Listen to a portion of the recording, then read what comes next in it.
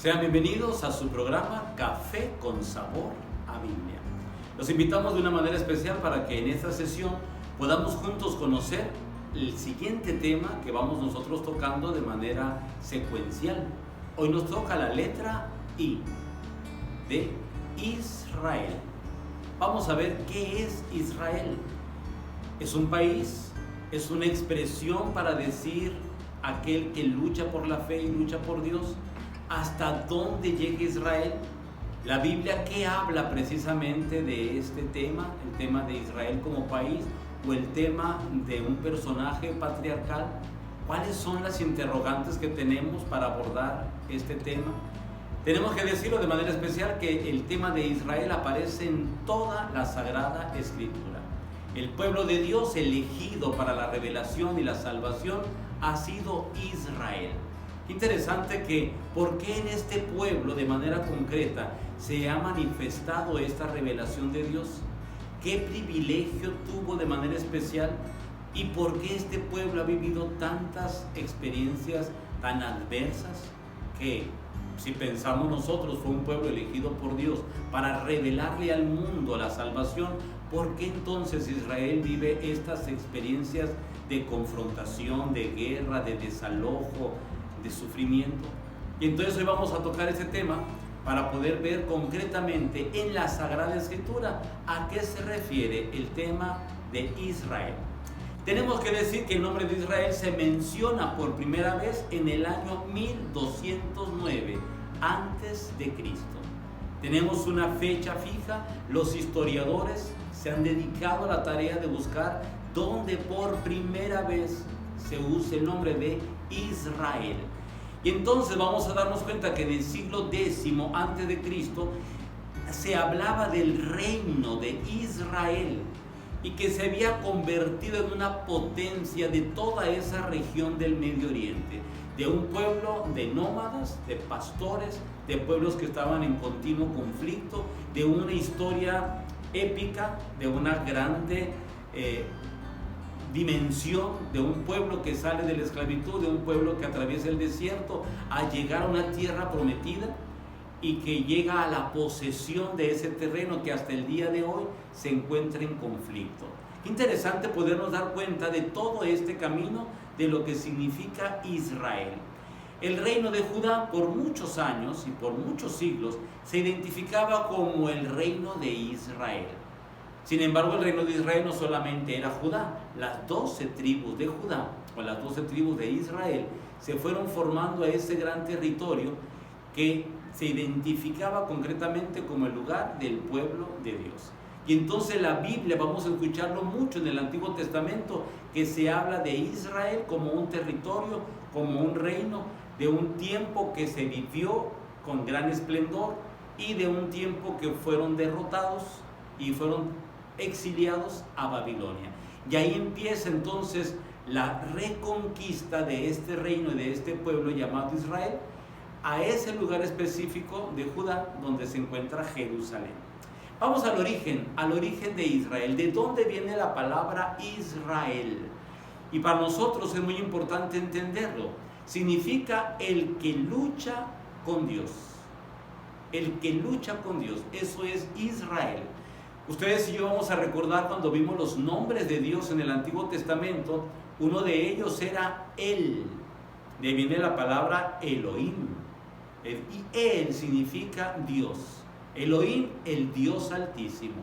Entonces Él, si lo tomamos como el nombre de Dios, y si juntamos Israel, es el que lucha con Dios. ¿Quién es el que lucha con Dios? Ustedes y yo vamos a recordar cómo el libro del Génesis nos va a hablar de Abraham, el padre en la fe, que sale de Ur de los Caldeos, hace todo el recorrido por la parte norte del Líbano, baja por lo que fue después el territorio de Israel hasta llegar a Egipto y regresa de nuevo a la parte de Israel. Ustedes y yo sabemos que Dios le había prometido a Abraham una gran descendencia, tan grande como las estrellas del cielo y tan numerosa como las arenas de las playas marinas. Y encontramos que después vienen 3 ángeles, lo visitan y le prometen un hijo, que no iba a ser el hijo de la esclava Ismael, de la esclava Agar, sino más bien iban a ser hijos de Sara. Al siguiente año regresan y ya había nacido Isaac. De manera que Isaac es aquel que protagoniza el acontecimiento de subir al monte Moría cuando Dios le pide a Abraham en sacrificio a su hijo Isaac. Interesante descubrir la historia sagrada, como nos dice que Dios impidió el sacrificio, el ángel de Dios bajó y le pidió que mejor sacrificara el macho cabrío. Y a partir de ahí la bendición de Dios hacia Abraham se transmite por primogenitura, es decir, va a pasar ahora a Isaac. Un tema muy discutido porque en el mundo árabe, el mundo musulmán concretamente, se va a hablar de que el hijo primogénito va a ser Ismael. Y sin embargo el pueblo judío reconocen al hijo legítimo a Isaac. Por eso el conflicto lo encontramos ya dentro del mismo texto sagrado. ¿Qué sucede después de ahí? Después de ahí sucede que Isaac va a contraer matrimonio y en el matrimonio va a tener gemelos. Y la bendición de primogenitura debió haber sido a Esaú, el más grande de los gemelos. Sin embargo, conocemos por la historia sagrada un día que llegó de cazar con mucha hambre, Jacob, su hermano, había cocinado unas lentejas rojas. Y entonces le pide de las lentejas y le dice Jacob, ¿y tú qué me das a cambio? A no ser que me dé la primogenitura de mi padre.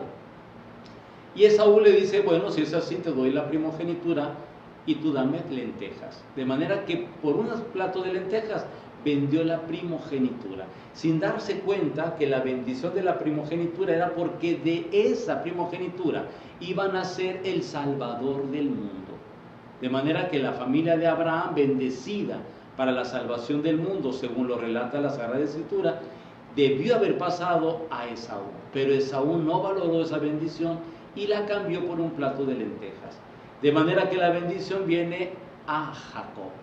Así que de los hijos de Isaac encontramos a Esaú y a Jacob. La bendición de Esaú pasa a Jacob. De Jacob vamos a tener entonces una gran descendencia, porque va a contraer matrimonio y en su matrimonio va a tener 12 hijos, los famosos 12 hijos de Jacob, que con el paso del tiempo van a ser reconocidas como las 12 tribus de Israel. Y entonces esta historia de los patriarcas nos pone en el contexto de que es Jacob el que un día lucha con Dios.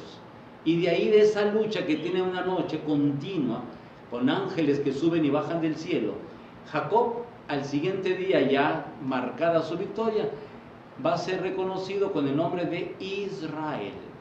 De tal manera que el nombre de Jacob pasa a ser ahora el nombre de Israel. Un acontecimiento que está escrito en la Biblia y que nos hace pensar por qué cambian los nombres. Lo mismo sucedió con Abraham. Recuerden que antes de que llegue la bendición de la promesa, la Biblia lo menciona como Abraham, un nombre corto. Y después de la promesa realizada es Abraham, un nombre largo. Lo mismo la esposa. La esposa es conocida como Sara y después de la bendición de la promesa es Sarai. De manera que podemos encontrar que cambian los nombres porque son personas tocadas por la bendición de Dios. Y lo mismo sucede con Jacob. De Jacob, después de esa lucha con los ángeles de Dios, viene el nombre de Israel. De manera que no existe un pueblo de Israel. El primer acontecimiento es el nombre personal de Jacob. Y eso nos va a abrir el entendimiento para poder darnos cuenta que pasado muchos años es que se va a formar el pueblo de Israel. Ese es el origen totalmente patriarcal. Jacob, llamado como un arameo vagabundo o un arameo errante. Eso lo dice el libro del Deuteronomio en el capítulo 26, versículo 25. Dice, Jacob es llamado un arameo errante. De hecho, la Pascua judía empieza precisamente así. ¿Qué celebramos en esta noche? Cuando van a hablar ellos de por qué Israel sale de Egipto, entonces dice, el niño más pequeño de la familia pregunta, ¿qué celebramos esta noche? Y el más anciano de familia va a responder, nuestros padres eran de un pueblo donde nuestro padre Israel era un arameo errante. De ahí empieza la tradición del pasaje, que viene siendo la Pascua. Y entonces Israel ya no es visto solamente como un nombre personal, sino como el nombre de un pueblo conformado por muchas tribus.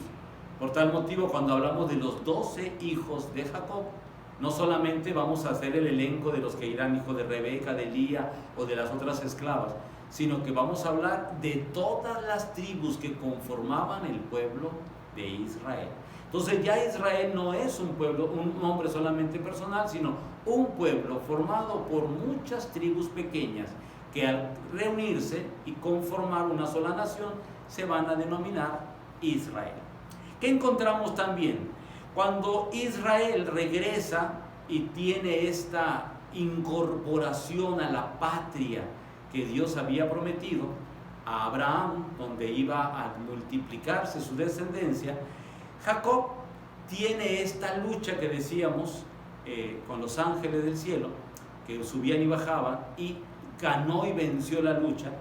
Eso lo encontramos en el libro del Génesis, en el capítulo 32, versículo 22, donde encontramos esa lucha que se realiza en el río Jaboc, que es de la región de Canaán.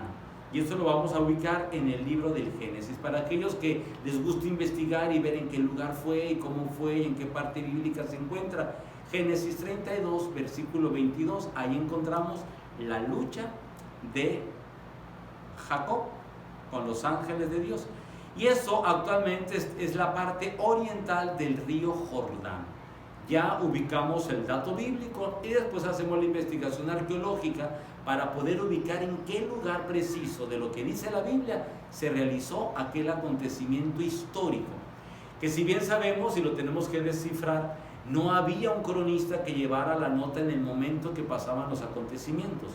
Estos son relatos que se van dando de generación en generación de una manera oral, de manera que con el paso de muchos siglos se juntaron todas las tradiciones orales y se pone por escrito el texto bíblico que conocemos como libro del Génesis. ¿Qué encontramos también? Que fue padre de 12 hijos, decíamos, de sus esposas Lía y Raquel, y que habían formado además la gran familia con los hijos de las sirvientas o esclavas Bilha y Silpa, de manera que los 12 hijos de Jacob van a ser después, pasado mucho tiempo. Fíjate, de que vivió Jacob, ustedes y yo conocemos la historia que uno de los hijos de Jacob era José, el famoso José el soñador, que los hermanos lo venden como esclavo a unos ismaelitas y lo llevan a Egipto. En Egipto interpreta los sueños del rey de los 7 años de progreso y los 7 años de hambruna. Gracias a eso el faraón preparó las grandes silos para que hubiera semilla, y gracias a eso el pueblo no cayó en la hambruna. Pero Jacob y su familia sí. Y cuando vinieron a buscar ayuda a Egipto, resulta que José reconoce a los hijos de Jacob y entonces manda a pedir que traigan a su padre. Y es así como la Biblia nos presenta la historia de cómo la familia de Jacob llegó hasta Egipto. Pasa un buen lazo de tiempo, de manera que no sabemos cuántos años, pero son bastantes, hasta que Dios elige a Moisés y con Moisés se libera el pueblo de la esclavitud. ¿Qué pueblo? Bien sabemos nosotros que no existía un pueblo como tal. Eran grupos, eran familias, los hijos de Isaacar, los hijos de Dan, los hijos de Benjamín, los de José, todos los hijos de Jacob fueron creciendo en Egipto. Y llega el momento en el cual salen de Egipto bajo la guía de Moisés, y al salir de Egipto 40 años en el desierto los va a identificar como pueblo. La teología bíblica nos enseña que fue el hecho de la alianza, cuando Dios dice: yo seré tu Dios, tú serás mi pueblo, y da los 10 mandamientos, y si tú me bendices yo te voy a bendecir hasta las últimas de las generaciones, pero si me das la espalda yo te maldigo hasta la 4ª generación. Y todo eso que encontramos en el libro del Éxodo nos relata cómo es que se formó un pueblo que no tenía una consistencia en Egipto. Eran arameos, eran hebreos, era gente que vivía del trabajo, de la esclavitud, pero que al salir con Moisés, entonces se fueron haciendo como pueblo, se constituyeron como pueblo. ¿Cuándo se constituyen como pueblo? Cuando tienen los 10 mandamientos. Los 10 mandamientos van a ser la constitución del pueblo de Israel. Entonces, por primera vez vamos a escuchar que ese pueblo de nómadas, de esclavos, de gente que salió de Egipto, va a tener una guía, un líder que se llama Moisés, que no va a entrar a la tierra prometida por el pecado que cometió todo el pueblo en el desierto al desobedecer a Dios y al construirse un becerro de oro como ídolo. Y entonces Dios le promete a Moisés que va a poder ver la tierra prometida. Todo esto lo tenemos que entender porque fueron 40 años en el desierto, topándose con unos pueblos, con otros pueblos de nómadas, con otros pueblos de gente que vivía del pastoreo, gente comerciante del desierto, pero que van a entrar hasta que Josué va a ser el líder que entra a formar el nuevo pueblo de Dios, o el pueblo de Dios que por primera vez se va a constituir en un territorio geográfico. Muy importante porque la tierra en la que iba era una tierra que ya estaba habitada. Cuando Moisés sube al monte Nebo, ahí puede ver la grandiosidad de ese terreno fértil a comparación de las tierras áridas del desierto del Sinaí, de donde este pueblo comió por 40 años el maná. Qué importante que ahora entraban a una tierra que manaba leche y miel, es decir, que había ganado, que había siembra, que había agua, que había prosperidad. Pero no podían entrar tan fácilmente, y aquí entra una historia interesante, que es conocer la historia de Jericó. ¿Por qué el pueblo entra por Jericó? Jericó es la ciudad más pegada al Mar Muerto, más cercana al monte Nebo, donde Moisés pudo ver la tierra prometida. Y ahí entra este pueblo. No sabemos si fue porque hubo un terremoto y cayeron las murallas. No sabemos si fue por la fuerza de las trompetas que el pueblo de Israel hizo. No sabemos si fue porque daban vuelta a las murallas. Lo que sí sabemos que históricamente se ha comprobado que las murallas de Jericó cayeron, y que el relato bíblico lo asume como un acontecimiento histórico y una revelación del poder que Dios tiene para que su pueblo tenga un asentamiento en la tierra prometida.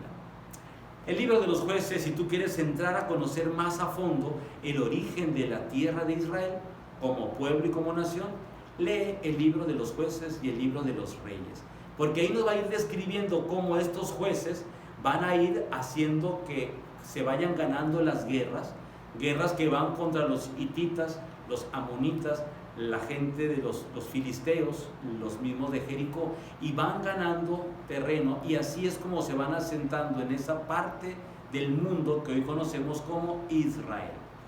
Problema que tenemos hasta el día de hoy, porque el mismo terreno sigue estando en lucha entre palestinos e israelitas.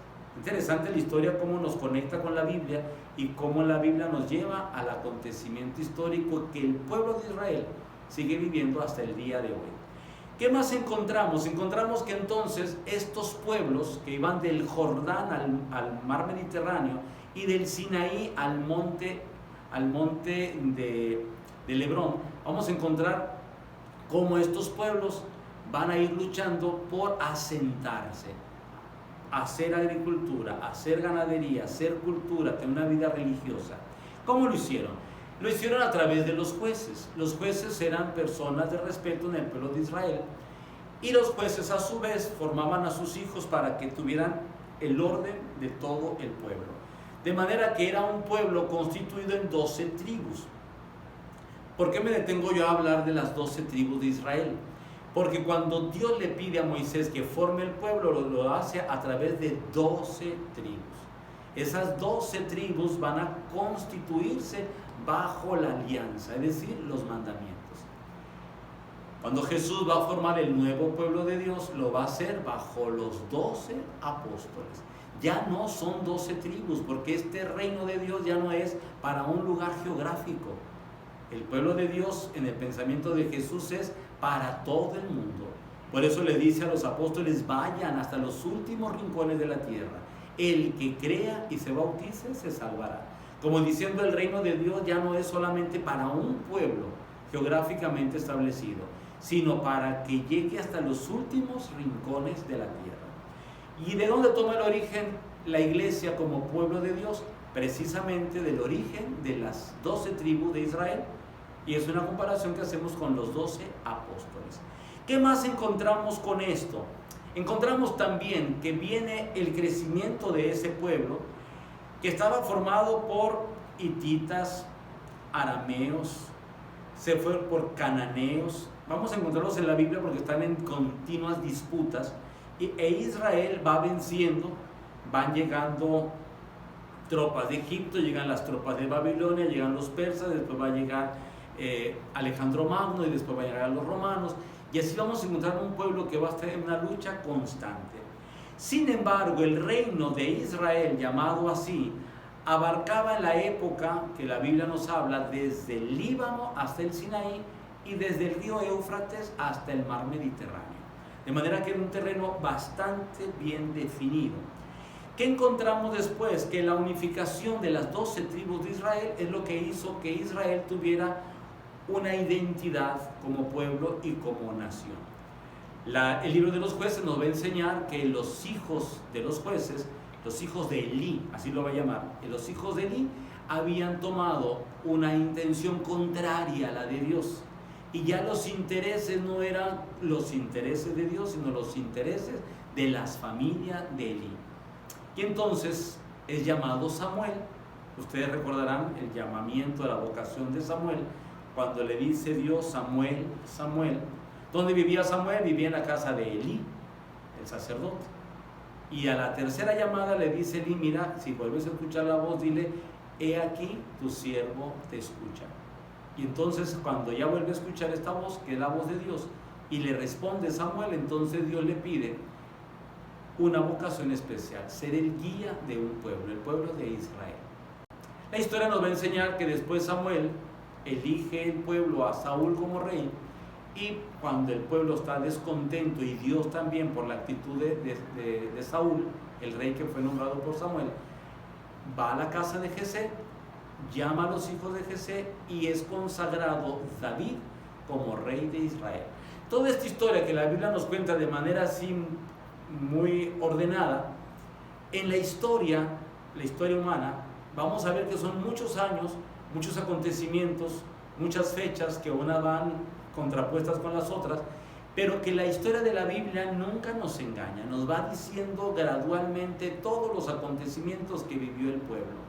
¿Por qué lo explico? Porque cuando vemos la vida de David vamos a decir, bueno, si David es consagrado y después lucha con Goliat y gana la guerra con los filisteos, ¿por qué no es inmediatamente rey?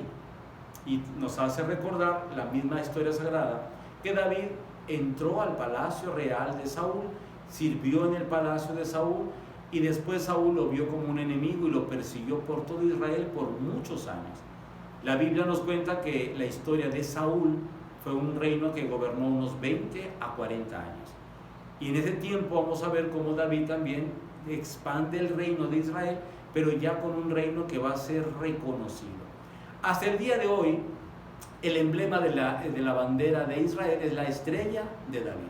Y siempre nos preguntamos qué fuerte debió haber sido el poder de dominio de Israel en el tiempo de David, porque hasta el día de hoy la bandera de Israel se identifica con la estrella de David. Un reino donde se unificó la cultura, se unificó el pueblo, se desarrolló la agricultura, viene el gran poderío de las celebraciones de un pueblo que es religioso y que está centrado en Dios. La historia de Israel nos va a contar después que al nacer Salomón, uno de los hijos de David, es el que va a heredar el trono y no Absalón, aquel hijo contra el cual tuvo que luchar David para poderlo vencer y poder lograr la unificación y la paz del pueblo de Israel. Con Salomón llegó el gran esplendor, vino el templo como construcción majestuosa. Salomón y David hicieron alianzas con Tiro. La Biblia nos va a hablar en el Nuevo Testamento de Tiro y Sidón. Son las ciudades que están cerca de Beirut, en el Líbano, porque esas ciudades tenían gran riqueza, tenían cedros en el Líbano, y el templo necesitaba de una gran construcción, de manera que David y Salomón tuvieron comercio y diálogo y paz con la parte norte de Israel. Lo mismo se habla de Saba. Saba es un pueblo, un reino que en tiempo de Salomón debió haber estado en la parte noreste de Egipto, de África actual, lo que hoy es Sudán o Etiopía. En esa región, la reina de Saba viene a conocer la riqueza de Israel y la sabiduría de Salomón. Fíjense qué importante es poder conocer el esplendor de Israel, porque este es el tiempo de mayor riqueza y de mayor reconocimiento como reino, el tiempo de David y de Salomón. ¿Qué pasa? Salomón, a la pérdida de su poderío, y la Biblia nos enseña cómo tiene muchas mujeres de muchos países con mucha influencia, Fenicia, de Edom, de Idumea, de la Transjordania, y entonces el reino de Israel se divide. Viene Nabucodonosor, invade Israel y destruyen el templo, y ahí quedó devastado, no quedó piedra sobre piedra. Y esa es la gran tristeza que vive Israel. Los reinos del norte son llevados al exilio y solamente queda el reino de Judá y el reino de Benjamín en las partes en torno a Jerusalén. De manera que esas dos tribus no fueron al exilio. Todo el resto, las demás 10 tribus, estuvieron viviendo en Babilonia por muchos años. Gran tradición trajeron de Babilonia, gran influencia cultural que se va metiendo como sincronía con la cultura judía. De tal manera de que muchas cosas que hoy nosotros queremos entender de los judíos van a tener origen en Babilonia. Recordamos la Torre de Babel, recordamos los grandes acontecimientos del río Éufrates, el gran poderío que tenía ese reino.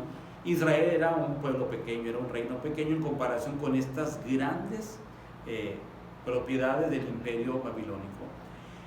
¿Qué nos cuenta la Biblia más de Israel? Que regresan precisamente de Babilonia y pueden construir su templo, renuevan de nuevo las tradiciones, ya no tan centradas en el templo, y ahí aparecen las sinagogas como centro de estudio y centro de cultura israelita.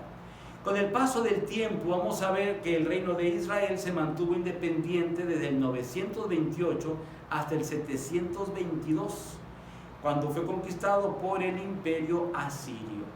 El reino de Judá tuvo una vida más larga que los reinos del norte, y hasta el 586 es que es conquistado por el imperio babilónico. De manera que todo esto nos pone en el contexto de la historia. Cuando ya Israel está de regreso, como habíamos dicho, y ya tienen un templo reconstruido, aparece en el 331 a.C. Alejandro Magno. Aquel hombre de Macedonia que fue conquistando el mundo también conquistó Israel en su paso a Persia. Y entonces Israel queda bajo la cultura helénica. Por muchos años los egipcios luchaban contra los griegos, y después vamos a ver cómo los romanos vencen a los egipcios y a los griegos, y viene el imperio romano. Para nosotros que estudiamos el Nuevo Testamento se nos hace muy común poder entender que Israel estaba bajo el imperio romano. El año 63 a.C., con Pompeyo, se conquistó Israel y llegaron a un acuerdo que Israel tendría paz siempre y cuando pagaban los impuestos al imperio. Y ahí encontramos nosotros la historia de lo que en otras ocasiones vimos, que fue la familia de los macabeos, como después Herodes llega, Herodes el Grande, y va a reinar en todo ese territorio de lo que hoy corresponde a Israel. Ya vimos en otras sesiones el gran desarrollo de las construcciones de Herodes, la ciudad de Cesarea Marítima, la ciudad de Tiberíades, en honor a los emperadores romanos. Vamos a ver la gran construcción del templo en Jerusalén, que va a tener 3 murallas, la del antiguo templo, la muralla del destierro y la muralla del nuevo templo hecho por Herodes el Grande. Todo esto lo describo porque en el ambiente del Nuevo Testamento, el Israel que conoció Jesús es este Israel, bajo el dominio de los romanos, con una influencia cultura griega y babilónica. Y vamos a entender por qué la Biblia nos describe a los saduceos, a los fariseos, a los levitas, que eran grupos de poder que tenía Israel y que todos se concentraban en un solo poder máximo llamado Sanedrín. La palabra Sanedrín viene de senado, era el senado judío, Sanedrín. Entonces, como un senado donde se llevan todos los acuerdos al interior de Israel. Recordamos que los acuerdos al exterior los ponía Roma. Roma o Poncio Pilato o Herodes en su diálogo con Roma. Y entonces todo este esplendor de Israel viene y termina cuando el emperador Tito destruye el templo de Jerusalén. El padre Vespasiano manda a dominar Jerusalén. Tito domina Jerusalén, siendo hijo de Vespasiano. Muere Vespasiano y entonces el emperador Tito destruye el templo de Jerusalén. En el año 70 después de Cristo, Jesús había hablado al subir a Jerusalén y decía: Jerusalén, Jerusalén, que matas a tus profetas, pero no quedará piedra sobre piedra de tu templo. Y esa profecía de Jesús, cuando llora al ver a Jerusalén desde el Monte de los Olivos, se cumple 70 años después. ¿Qué pasa con los judíos? Nos siempre nos preguntamos: ¿y qué pasó con todo el pueblo de Israel con la invasión de Tito? Todos fueron llevados de esclavos a Roma. ¿Qué hacían en Roma? Vespasiano, el padre de Tito, construía lo que hoy conocemos el Coliseo romano. Los romanos conocen esa obra monumental como Anfiteatro Flavio Vespasiano. Y entonces con el paso del tiempo se va a conocer como el Coliseo. ¿Quiénes lo construyeron? Los judíos, que eran esclavos del Imperio Romano. Por eso no es de extrañarnos que los primeros cristianos se asentaron en Roma. No nos extraña que Pedro, Pablo y los demás apóstoles pudieron haber estado en Roma, puesto que todo el pueblo judío fue conducido a Roma como esclavo. Qué interesante conocer la historia sagrada y la historia de la humanidad, que nos llevan a conocer el dato revelado de la Biblia. Y entonces, cuando ya vemos que el pueblo de Israel queda destruido, lo único que sobrevive a aquel templo antiguo es el muro de los lamentos. Y así pasaron muchos siglos de lucha entre cristianos, musulmanes y judíos.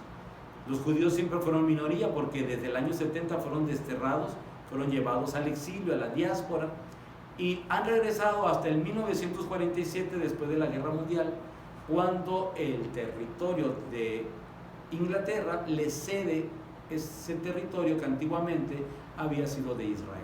Hasta el día de hoy los israelitas siguen luchando por conquistar cada vez más terreno de lo que bíblicamente había sido el reino de Israel. Un reino que muchos historiadores dicen fue un tiempo de esplendor, otros dicen fue un tiempo muy corto, otros dicen fueron más bien ideas de un esplendor que quisieron tener. Lo que sí sabemos es de que ese pueblo de Israel hoy en día es un estado que está a la vanguardia de la medicina, de la tecnología, del desarrollo comunitario, del servicio al mundo entero, y que tiene un futuro por delante. Ese es Israel, el Israel de la Biblia, que también lo encontramos hoy en día en el Israel como estado en ese territorio del Medio Oriente. Ese es el camino que tenemos que descifrar de Israel. Vamos viendo que es un pueblo que tiene mucha historia, lo vamos recapitulando. Todos conocemos Israel por la Biblia. La inmensa mayoría de la población cristiana alguna vez debió haber escuchado Israel. Y muchas personas llevan este nombre, Israel. ¿Por qué? Porque es un nombre propio que ya conocemos el origen. Es el origen, su nombre, Jacob, que se traduce por Israel, el que lucha con Dios.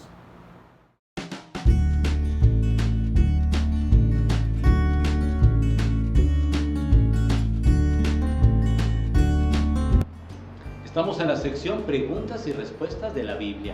Uno de ustedes nos ha preguntado precisamente por qué a los niños en la tradición católica se les bautiza desde pequeños. Y la pregunta es básica y es fundamental.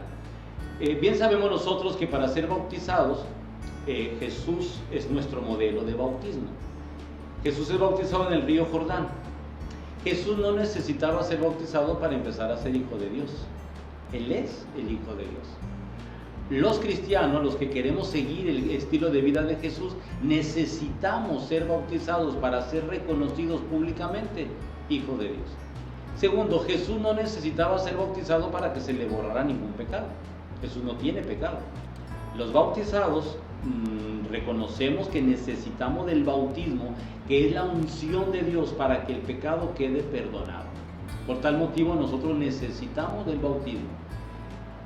Y es muy importante reconocer que los primeros cristianos, que era gente adulta bautizada, Se cuestionaba moralmente por qué nuestros hijos tienen que esperar a que llegue a la edad adulta para que se le borre el pecado y para que sean reconocidos hijos de Dios.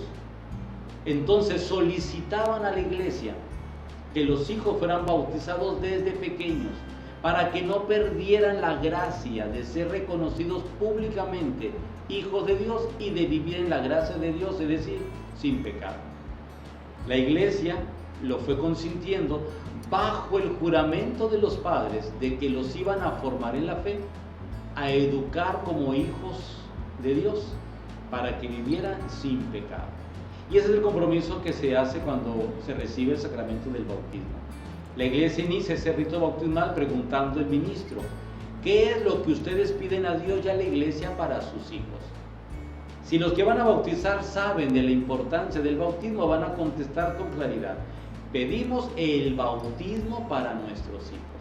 Y entonces el ministro les pregunta: ¿se comprometen a educarlos cristianamente en la fe? Y los papás y padrinos responden: sí, nos comprometemos. Es por eso que se hace el bautismo desde pequeños, para no perdernos la gracia de vivir sin pecado y la gracia de vivir como hijos de Dios. Otra de las preguntas que tenemos es: ¿por qué Jesús en el Evangelio, cuando habla de los pecados contra el Espíritu Santo, dice que estos pecados que van contra el Espíritu Santo no van a ser perdonados? Es muy fácil entender que ningún pecado que vaya en contra de Dios, recordemos que nosotros en la dimensión trinitaria concebimos a Dios que es Padre, que es Hijo y que es Espíritu Santo, pero no podemos nosotros separarlos. Nosotros los comprendemos así por el dato revelado, que Dios se ha revelado como Padre, como Hijo y como Espíritu Santo, pero es el único Dios, es Dios en uno. Y entonces todo aquel que blasfeme contra el Espíritu de Dios, ¿qué significa esto? Alguien que vaya en contra de Dios, que ofenda a Dios, que tenga una expresión malvada hacia Dios, con toda conciencia, ese pecado no se puede perdonar. No porque sea imperdonable, sino porque lastima la imagen de Dios. A Dios no le pasa nada con nuestro pecado. Dios no se siente, no va a ser menos Dios por un pecado nuestro. No, pero es que yo no puedo ofender a Dios y seguir pidiendo sus bendiciones. Yo no puedo estar en contra del Espíritu de Dios y después estar pidiendo sus favores.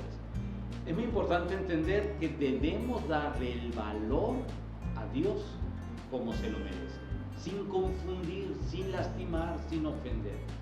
El pecado contra el Espíritu Santo es ir en contra de la vida, de la creación, de la gracia y de la bendición que Dios da. Hoy hemos hecho un recorrido por todo Israel, desde el tiempo de los patriarcas hasta la destrucción del templo, llegando hasta nuestro tiempo actual con el Estado de Israel. Así que la Biblia tiene muchas riquezas que nos ofrece, desde el monte Sinaí hasta las montañas del Líbano. Vamos a conocer más la Biblia, y si tienes la oportunidad de tener un mapa bíblico, ve ubicando cada texto, los lugares específicos que nos narra la Biblia.